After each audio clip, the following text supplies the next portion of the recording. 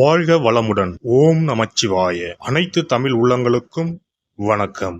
நிகழும் ஸ்ரீ மங்களகரமான குரோதி ஆண்டு ஆடி மாதம் 16ஆம் தேதி வியாழக்கிழமை அன்று துவாதசி திதியில் மிருகசிரிசம் நட்சத்திரத்தில் வியாகாதம் நாமயோகத்தில் தைத்தூலம் கர்ணத்தினில் மகா பிரதோஷம் கூடிய நன்னாளில் இந்த மகத்தான ஆகஸ்ட் மாதம் பிறக்கிறது. இம்மாத கிரகநிலை என பார்த்தால் ரிஷபராசியில் குரு பகவானும் செவ்வாய் பகவானும், கடகராசியில் சூரிய பகவானும் புதன் பகவானும், சிம்ம ராசியில் சுக்கிர பகவானும், கன்னி ராசியில் கேது பகவானும் உள்ளனர். கும்பராசியில் சனி பகவான் வக்ர நிலையில் உள்ளார். மீனராசியில் ராகு பகவான் சஞ்சாரம் செய்கின்றார்.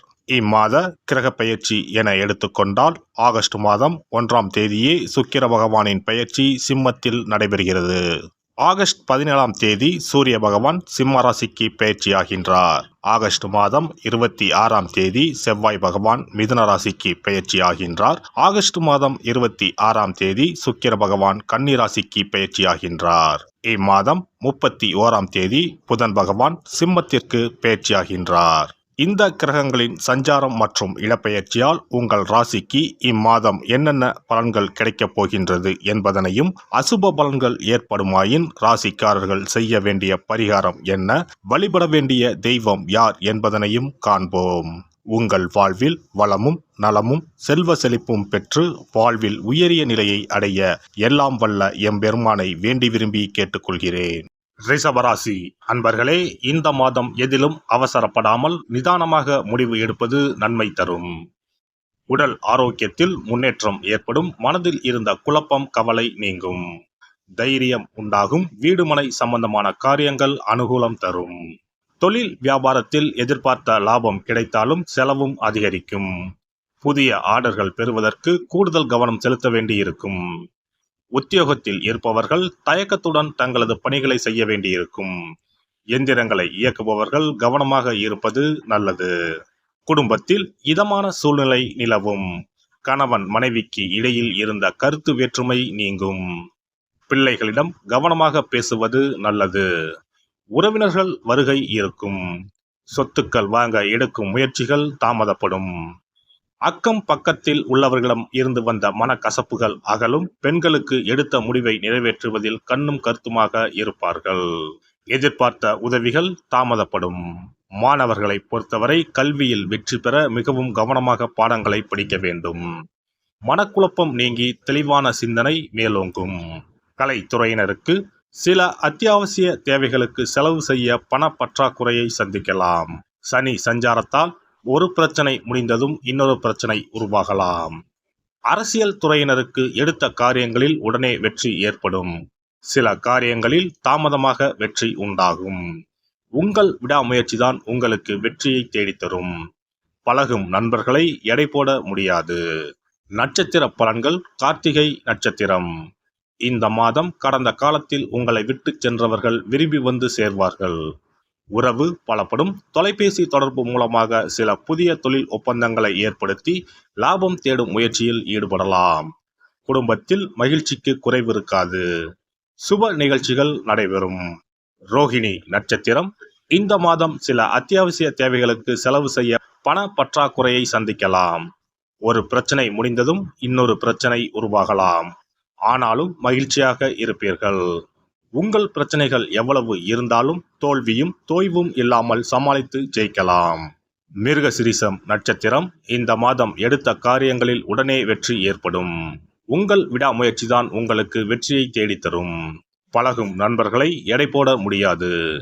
வெளுத்தது எல்லாம் பால் என்று நம்பும் உங்கள் பெருந்தன்மையை கொஞ்சம் ஒதுக்கி வைக்கவும்.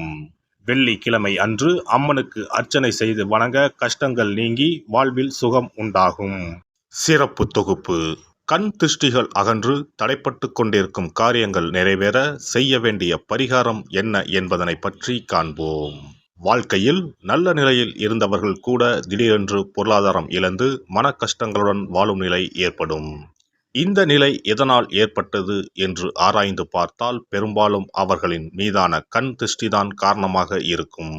கல்லடி பட்டாலும் கண்ணடி படக்கூடாது என்று சொல்வார்கள் அல்லவா, அது உண்மைதான். இது போன்ற பிறரின் பொறாமை கொண்ட கண் திருஷ்டியினால் பலரின் வாழ்க்கை சிரமத்திற்கு ஆளாக நேரிடும். இது போன்ற கண் திருஷ்டிகளிலிருந்து எப்படி தப்பிப்பது? இருக்கவே இருக்கிறது எளிதாக கிடைக்கும் ஊமத்தஞ்செடி. தெய்வ சக்தி நிறைந்த செடியாக கருதப்படும் ஊமத்தஞ்செடியின் காய், பூ, இலைகள் என அனைத்தும் தீய சக்திகள் விரட்ட பரிகாரத்துக்கு பயன்படுகிறது. பொதுவாக ஊமத்தம் காய்க்கு கெடுதலை அகற்றக்கூடிய சக்தி உண்டு. நம் வீட்டில் உள்ள எதிர்மறை சக்தியை அகற்றுவதற்கு ஊமத்தங்காய் தீபம் சிறந்த பரிகாரமாகிறது.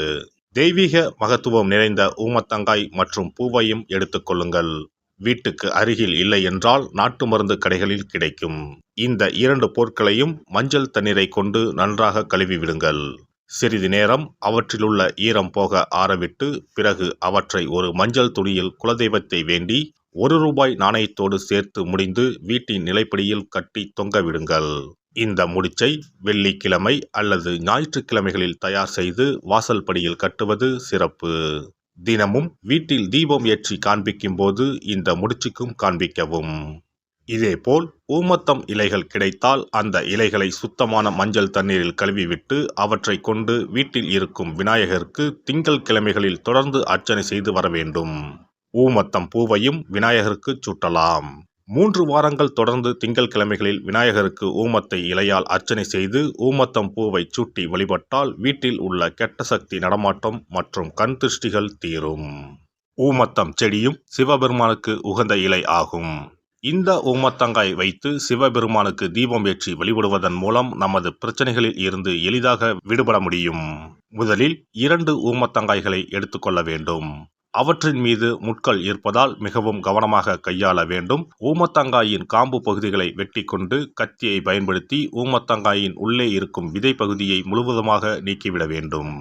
பின்னர் 2 அகல் விளக்குகள் மற்றும் விளக்கு வைப்பதற்கான 2 தட்டுகளை எடுத்து சுத்தம் செய்து அவற்றிற்கு மஞ்சள் குங்குமம் போட்டு வைத்துக் கொள்ள வேண்டும். பின்னர் 2 தட்டின் மீதும் ஒவ்வொரு அகல் விளக்கை வைத்துக் கொள்ள வேண்டும். அதன் பிறகு எப்போதும் பூஜை செய்வதற்கு வைப்பது போன்ற வெத்தலைப்பாக்கு, பழம் போன்றவற்றை வைத்துவிட்டு 2 விளக்குகளையும் ஏற்றி சிவபெருமானை மனதார வேண்டிக் கொள்ள வேண்டும். எனக்கு இருக்கும் பிரச்சனைகள் அனைத்தும் தீர்ந்து இன்பமான வாழ்க்கை கிடைக்க வேண்டும் என வேண்டிக் கொள்ள வேண்டும். இந்த பூஜையை வெள்ளிக்கிழமை அன்று தொடங்கினால் தொடர்ந்து 9 வெள்ளிக்கிழமைகள் செய்ய வேண்டும். ஊமத்தங்காயின் மீது எவ்வாறு முட்கள் இருக்கிறதோ அதுபோல நமது வாழ்க்கையில் இருக்கும் முட்கள் போன்ற பிரச்சனைகளை அவை தீர்த்து வைக்கின்றன. இந்த பூஜையை நாம் தொடர்ந்து செய்து வருவதால் நம் மீது இருக்கும் கண் திருஷ்டிகள் அகன்றுவிடும். தீராத துயரங்கள் தீர்ந்துவிடும். பணம், நகை நம்மிடம் பெருகி வரும். சிலருக்கு கையில் சுத்தமாக பணம் இருக்காது. வறுமை தாண்டவமாடும். கடன் தொல்லையால் கஷ்டப்படுவார்கள். பண பிரச்சனையில் சிக்கி கொண்டிருப்பவர்கள் இந்த தீபத்தை ஏற்றினால் 3 வாரங்களில் நல்ல பலனை பெற முடியும். தொழிலில் நல்ல முன்னேற்றம் இருக்கும். கடன் பிரச்சனைகள் தீரும். உறவினர்களிடையே பகைமை இருந்தால் அவையும் மறைந்துவிடும். நோய்வாய் உள்ளவர்கள் இந்த தீபத்தை ஏற்றுவதன் மூலம் நல்ல பலனை பெற முடியும். பொதுவாகவே எந்த பரிகாரம் என்றாலும் அதை முழு நம்பிக்கையுடன் செய்தால் மட்டுமே முழு பலன் கிடைக்கும் என்பதை நினைவில் கொள்ளுங்கள்.